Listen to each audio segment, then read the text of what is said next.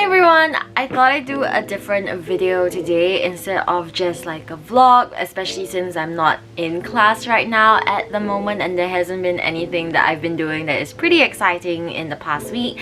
I thought this week's video would be focusing on what's in my toolbox. So this video is basically if you guys are just interested in, you know, what's in my toolbox and what do I carry and bring with me to class. What are the tools that art conservators use? Are they like special tools or are they just like any regular tools you can find? And what each tool is used for what purposes, like, you know, which tool will be used in what kind of treatments. So that's what today's video will be all about, and I hope you guys are excited to see what's in my toolbox. So first things first, this is my toolbox. This is from the company Jackson's Art. I don't remember how much I paid for this, but I could try and create a list of all the things that I have if you guys are just curious. I don't know, this is not like a typical what's in my school bag, because like why would you guys need to purchase these things? I don't know. But this is my toolbox. So if I open it up for you guys, you can see it opens up like this, and it's basically like a two-tiered kind of system. So like bigger stuff I put on the bottom, and the more like brushes, whatever, I put in this little tray. So it's just very easy, you know, to like open and get the things I need.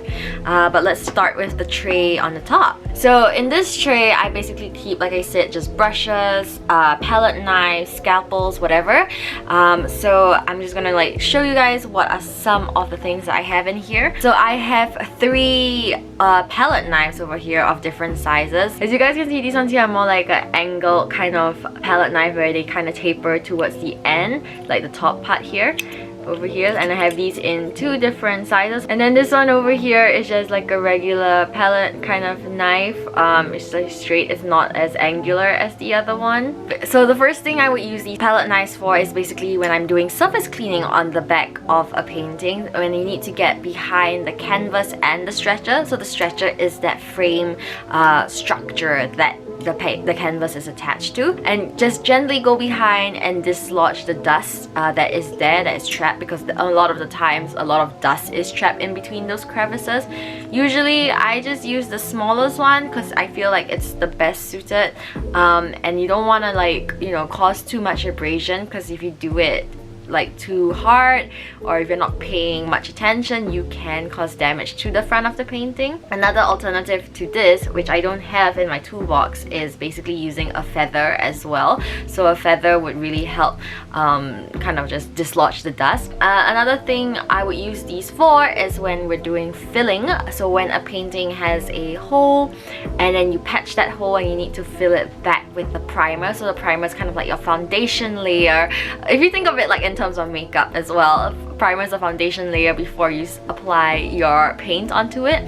So these are really useful as well in applying that filler, primer, foundation layer, and just be able to create or recreate the texture that you need to achieve based on the type of painting that you are fixing as well. Another thing, I think you guys have seen this in the vlogs, is basically when we were doing the lining treatments and I was like just testing to see if the lining adhered. That's like another useful tool. But yeah, so these are my palette knives. And then the next thing that I have are just an assortment of brushes over here. So this bigger brush that you guys can see, this one is once again just to clean the back of a painting when there's like dust and you need to just brush it into the vacuum cleaner nozzle. So this is what I would use this bigger brush for. However, for these smaller brushes, they would serve a wide variety of different purposes. So sometimes I use these for, let's say I need to adhere an adhesive, so basically like a glue to my painting during consolidation. So consolidation is basically when you need to adhere the paint layers that are flaking off back to the canvas. I would use these brushes depending on like the size. You know, I would just choose which one I feel like I'm more confident in using, and making sure that I don't apply a large amount of adhesive, because you don't want a lot, you don't need a lot. So that's like one purpose of using these brushes. Another purpose would be, let's say you are doing retouching, which I think a lot of people kind of are familiar with that when it comes to art conservation. So if, let's say, there is a missing area of paint, you would use these brushes then to fill in the paint as well. But yeah, I don't always use these brushes. We haven't done a lot of retouchings in class, so I don't know, I don't bring them out as much, but these are just some of the ways that you could use or reuse brushes. The next things in that tray are just an assortment of tweezers. Tweezers are used for so many different purposes, right, in daily life. But for us, we would use tweezers to pick up things of a painting, like, you know, instead of using your fingers because it could be fragile, you would use tweezers instead. But it may not work as well. Like, you would not pick up paint flakes with tweezers because the paint flakes are so brittle. It's better to pick it up with a brush instead, which I didn't mention that, but yeah, I just thought of it right now. You would use a brush perhaps instead. But these are more, let's say, if we're picking like threads, for example. So you guys have seen me use tweezers a bunch when I was doing my thread mending. So basically, when you're doing tear mending, if there's a hole, you need to hold the tweezers in place through the threads. This is what you would use it for. What else have I used these for? Or maybe perhaps it's like to pick up insects. If you find any insect remains on the canvas, on the painting, and you need to like keep it just for analysis purposes, I would use these tweezers. And I have a different sort of tweezers here. So these ones are where you have to make sure your hand is kind of closing it, like you're putting pressure on it to close. Whereas these tweezers, on the other hand, they close by themselves. So if I open it, I have to use force to open it, grab onto something, and then close it, and it will just hold it in place, which is really good if you need to like adhere two threads together and you don't want the threads to move, and but you don't want to put your hand like constantly there holding the thread. So these are like really good for those purposes. So yeah, just tweezers. You can get them anywhere, but yeah, that's what I use them for. The next set of things could be quite strange, I will say, but they are dental tools. So as you can see, I have a wide assortment of dental tools. I just bought this pack off of Amazon, I think. I can't remember. Basically, what we've been using dental tools for is for thread mending purposes as well. If you need to manipulate the threads, and some of the canvases can have very, very fine threads. So what we would use these for is just to manipulate them, be able to like, you know, pull it under the weft of the warp, which is basically like the pattern that you see on a canvas. So the weft is like the thread going this way, the warp is going vertically. I don't know what else I would use it for. I can't think of any other treatment purposes that I might use these. The next two things, they don't really have a specific category to them, but I don't even know what this is called. Like, I got it because it was recommended on my, like, you know, tools to get list, but it's kind of like this mini like two-ended like spatula kind of thing, and I've not used these this much except when I need to mix things. So for example, if I am mixing, let's say, an adhesive and I need a minute amount, that's what I will use it for. Or if I need to like scoop up a minute amount, or I need to apply a minute amount of something, I think that's what I use it for. But I don't reach for this tool like this.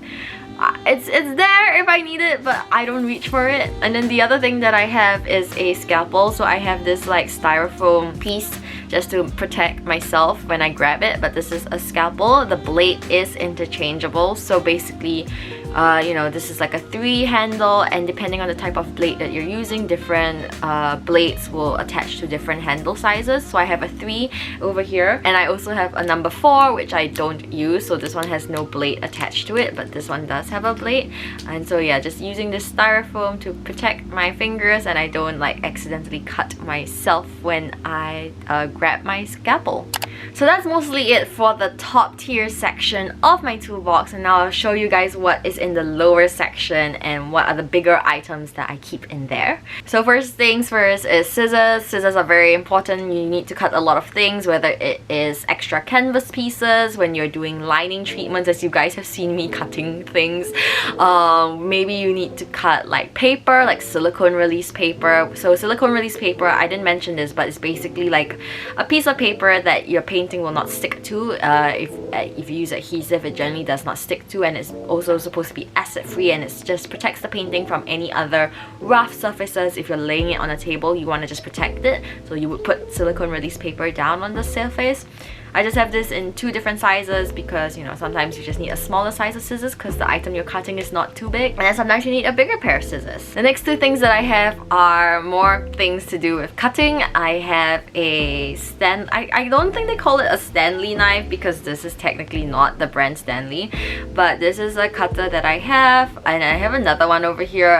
Now that I think about it, I don't know why I bought like 2 of these, but this one is more, this one is more like a craft knife, I suppose. So it's like this, you know, but this one is more like your regular like pen knife kind of cutter. I would use this more if I'm cutting, let's say, a thicker piece of paper or like a block or something, or styrofoam for example. Then I would use like a cutter instead of scissors because it's just so much easier to use it. But yeah, I don't really grab these much when I'm in class. Most of the things are already like prepped out and laid out for us, so I generally don't need to use these, but it's a good tool to have just in case, you know. The next thing that I have is basically this magnifying glass kind of stand over here. So as you guys can see, it looks like, did I do this right? No.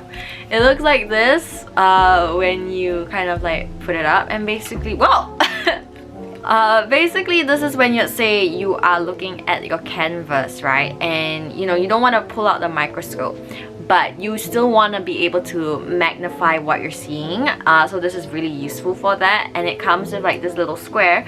So this square portion, as you guys can see over here, is good for counting the weft and the warp of a canvas, and that's just like information you need to know about the painting. What type of canvas is it? What kind of weave is it? How many weft and warps are there in a section of, let's say, 15 centimeters by 15 centimeters? So this is just knowledge and information that will help you understand the painting better, understand what kind of canvas is it. Is it a closed weave, meaning there are more weft and warps in that section, or is it like a looser kind of weave, so it's not as tight and you don't have as much of it? This is what we would use it for. I don't grab this a lot because I have not needed to use it, or I've just used the microscope in class since it's there already, but very useful tool. There are smaller versions of this. All my classmates have like a very small version of mine, but this is my mom's that she uses for a different purpose, and she lent it to me, you know, so I could use it in class. And I have like a tiny little palette and a box of Winsor & Newton Cotman watercolors. This is when we need to do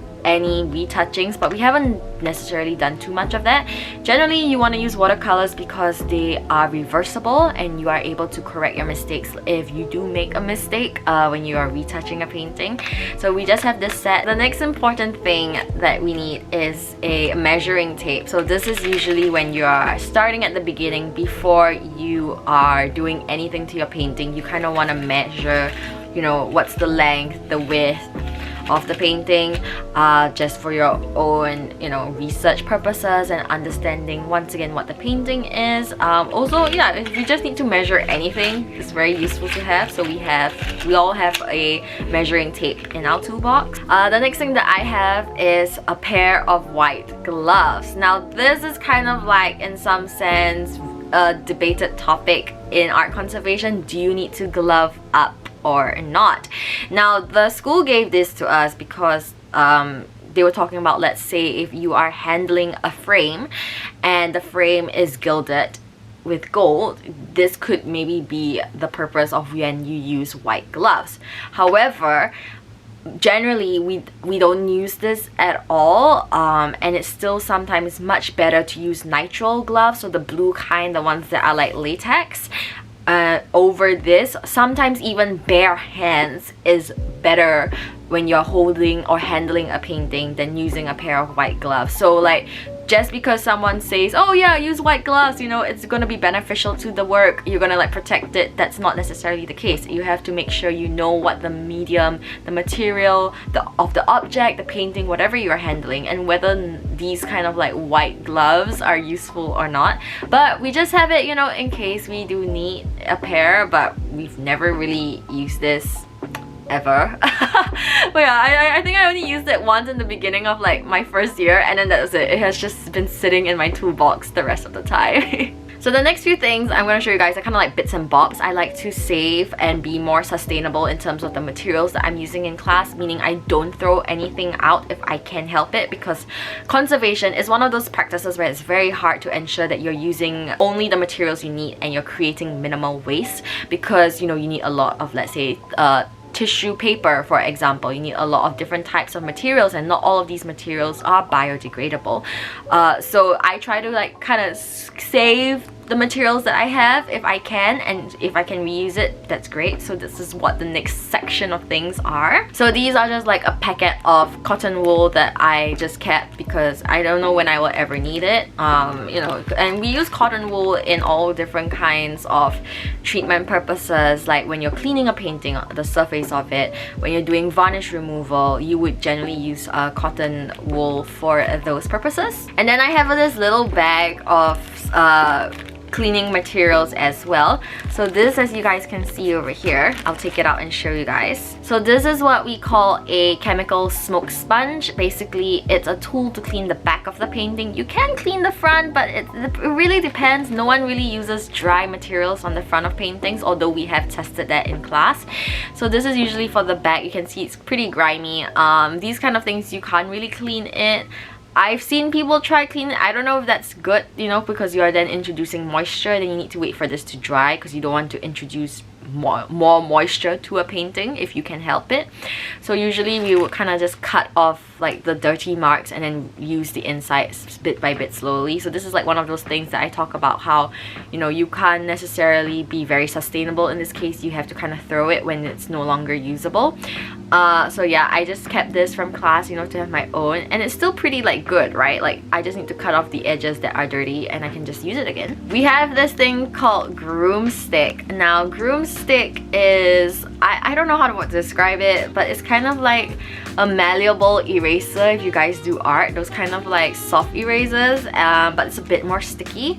And once again, the purpose is to use it for the back of the painting. So everything that I'm showing you guys right now is just to clean the back of a painting. We have this draft cleaning powder, which I do not like, and I don't think it's, I mean, maybe there's a place and a purpose for it depending on the painting, but I don't find it as successful in cleaning the back of paintings at all. The last thing, which I think people will be like surprised, is an eraser. And yes, erasers can be used, but you know, depending on how abrasive you are and in doing the movement and stuff, you could damage the painting, and then maybe perhaps the smoke sponge is a better alternative than an eraser.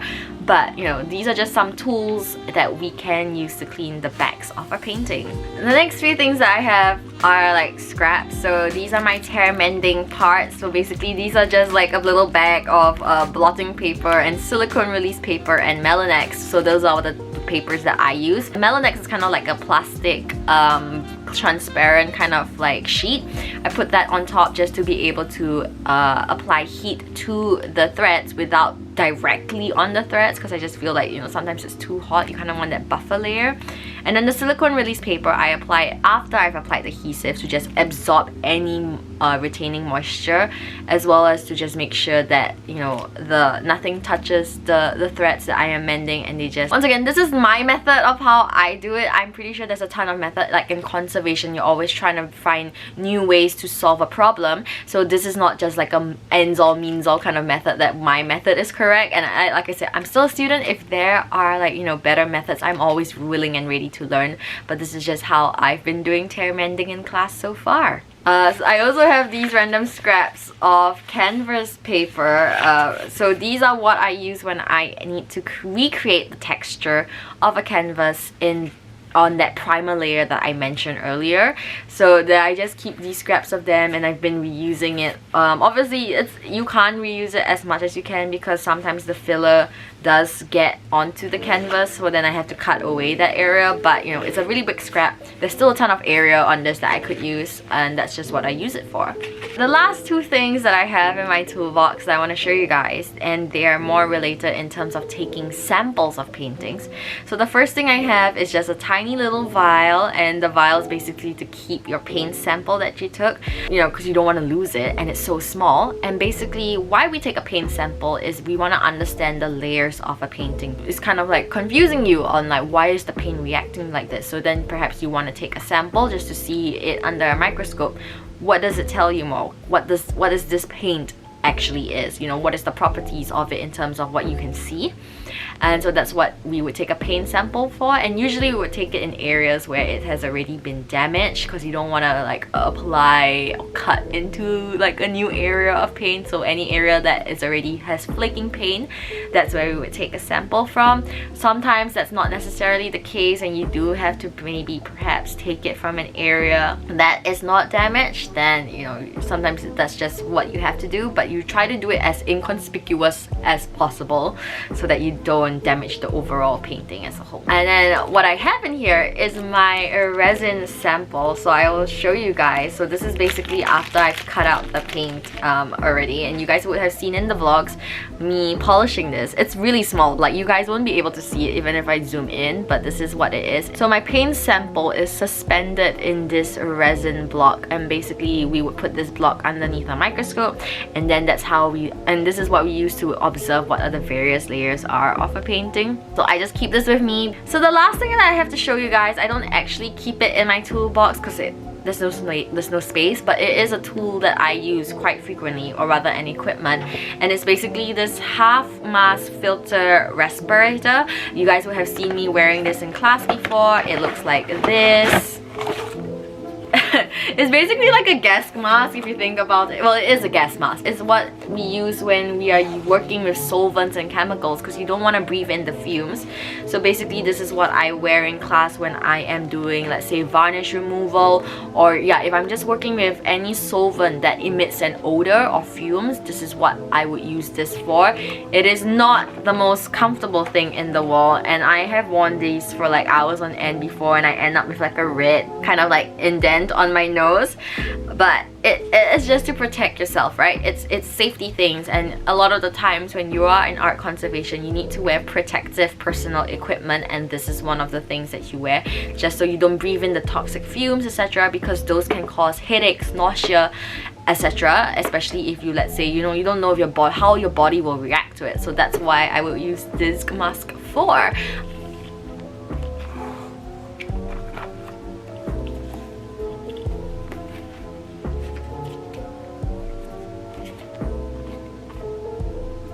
Anyways guys, that's all I have to show you guys and what's in my toolbox that I take with me to uni. I hope this has been very insightful for you guys, and perhaps shed a bit more light on, you know, what are the various things we use. As you can see, there is no specific art conservation tool that we use. We use a lot of different things, from like dental tools to like tweezers, and these are things that people use like in the medical industry, right? So thank you guys so much for watching. I hope you enjoyed this video, and I just hope that you enjoyed watching, just seeing what I use in class and learn a bit more about art conservation as well. So I'll see you guys in the next video, and I hope you have a wonderful rest of your days, afternoons or evenings, wherever you are in the world. Bye!